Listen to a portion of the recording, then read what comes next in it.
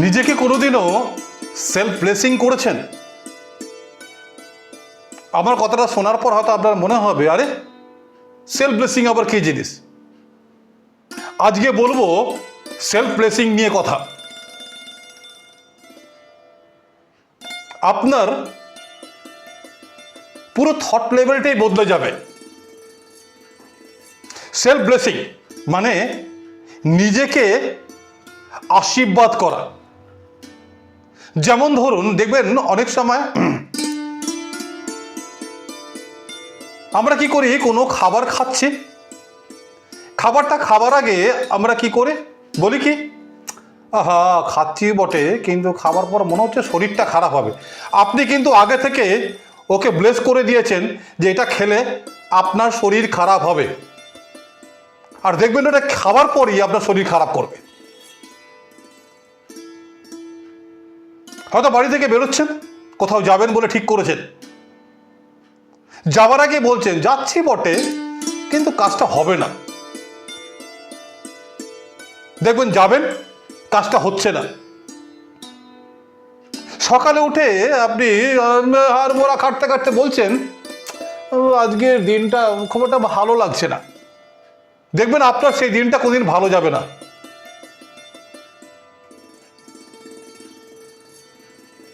আপনি কাজ থেকে বাড়িতে ফিরে এসেছেন,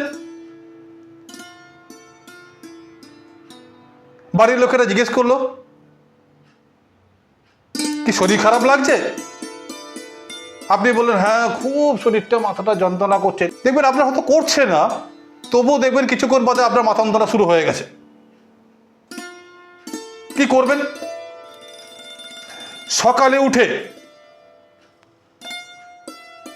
বিছানা ছাড়ার আগে সেলফ ব্লেসিং করুন নিজেকে। প্রথমে ঈশ্বরকে ধন্যবাদ জানান, বলুন আমি একটা নতুন সকাল দেখতে পেয়েছি, এর জন্য তোমাকে ধন্যবাদ। আর নিজেকে বলুন আমি মানুষটা খুব ভালো, সৎ মানুষ, আজকে সারাদিন আমার খুব ভালো কাটবে। এবার বিছানা ছাড়ুন।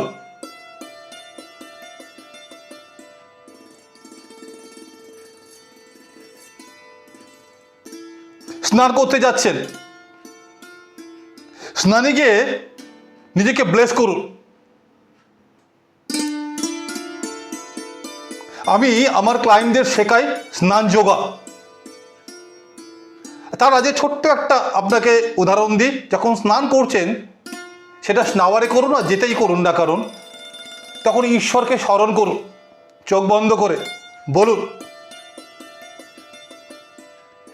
যেটা পড়ছে আপনার শরীরে সেটা ঈশ্বরের করুণা।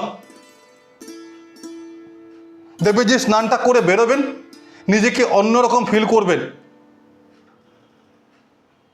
এবার ঈশ্বরের সামনে দাঁড়িয়ে ঈশ্বরকে আবার ধন্যবাদ জানান, কারণ আপনি প্রতিদিন যা পান অনেকে সেটা পায় না, তার জন্য ধন্যবাদ জানান। আপনি যাদের থেকে যা পেয়েছেন তার জন্য তাদেরকে ধন্যবাদ জানান। আপনি আপনার মা, আপনার স্ত্রী, আপনার বাবা, আপনার কাছের মানুষদের ধন্যবাদ জানান। এবার বাড়ি থেকে যখন আপনি অফিসের দিকে বেরোচ্ছেন, বেরোবার আগে সেলফ ব্লেস করুন, বলুন আজকে আমি আমার যে কাজটা করতে বেরোচ্ছি সে কাজে আমি আজকে সফল হব। এবার কাজে বেরিয়ে যান। কাজ করার ফাঁকে নিজেকে সেলফ ব্লেস করুন, বলুন আমি যে কাজটা করছি সেই কাজটা আমি আমার জন্য করছি, আমার পরিবারের জন্য করছি। দেখবেন যে কাজটা করছেন সেই কাজটার যে রেজাল্ট বেরোবে সেটা অনেক ভালো রেজাল্ট বেরোবে। আপনি এতদিন যা পাননি সেগুলো পাবেন।